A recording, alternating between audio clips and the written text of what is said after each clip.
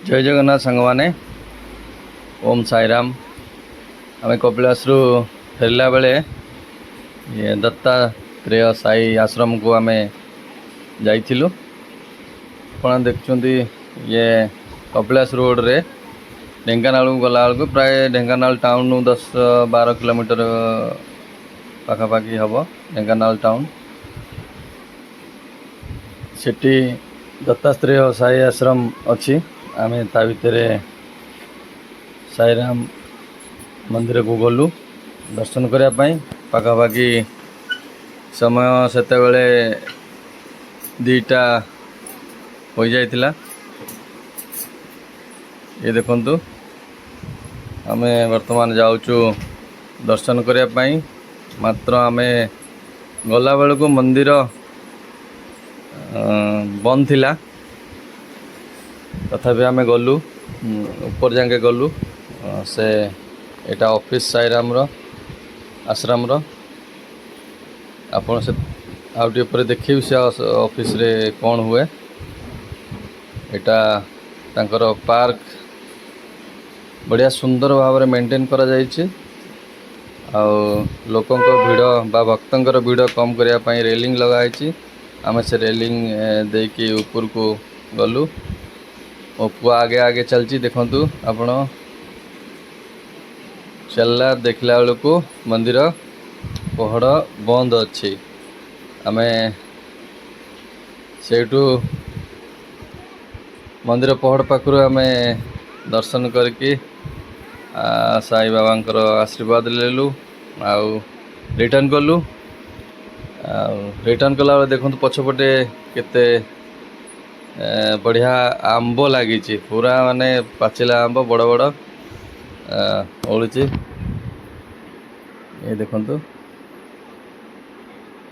बहुत सुंदर भाव में मेंटेन करा जाइए मंदिर। और देखिए एपटे आम जीवु बर्तमान एपटे बाँ पट को एपटे आमर बहुत बड़े एरिया रे अच्छी। एठी आनंद बाजार भी अच्छी, प्रसाद भी मिले। मो पुओ से देखंतु गोड़ पिटुची, धीरे धीरे आसुची, का कथा मानुनी। ये देखंतु आपण आम चलिलु एपटे मंदिर पछपटर। एठी नवग्रह मंडप अच्छी, सेठी आम नवग्रहंकर आशीर्वाद नेलु। नवग्रहंकर आशीर्वाद नेलु। तापर साइड रे कल्प गोटे वृक्ष अच्छी जोटि की लोक माने सेमानकर मानसिक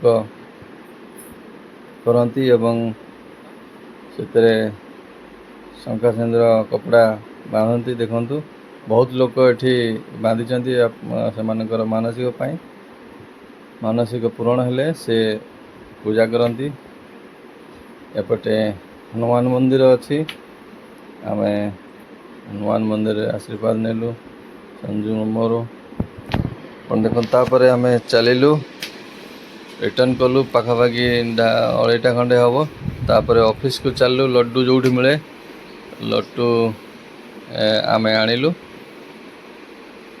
छोट पैकेट गोटे आनिलु। ये देखो सेठी विभिन्न प्रकार जो है तापर मसला मसली मिले और प्योर तेल ये मिले। आमर सोरष तेल मिले। ऑफिस आड़े को आम चलु। देखो ये प्रसाद 120 टंका मात्र। तादरे डाली भात बेसन आउ किसी शाग थी। आउ खीरी खाइले तुमको 50 टंका दिया देवा पड़ो।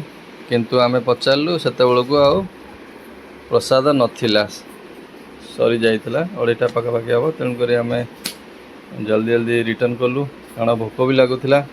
सेपटे दर्शन करके आसलु महादेवंकर। आम बर्तमान चलु। जदि आपण मैंने ये रोड रे जाती रास्ता जाती ताहले निश्चय दर्शन करिए। बहुत सुंदर जगह। धन्यवाद। जय जगन्नाथ।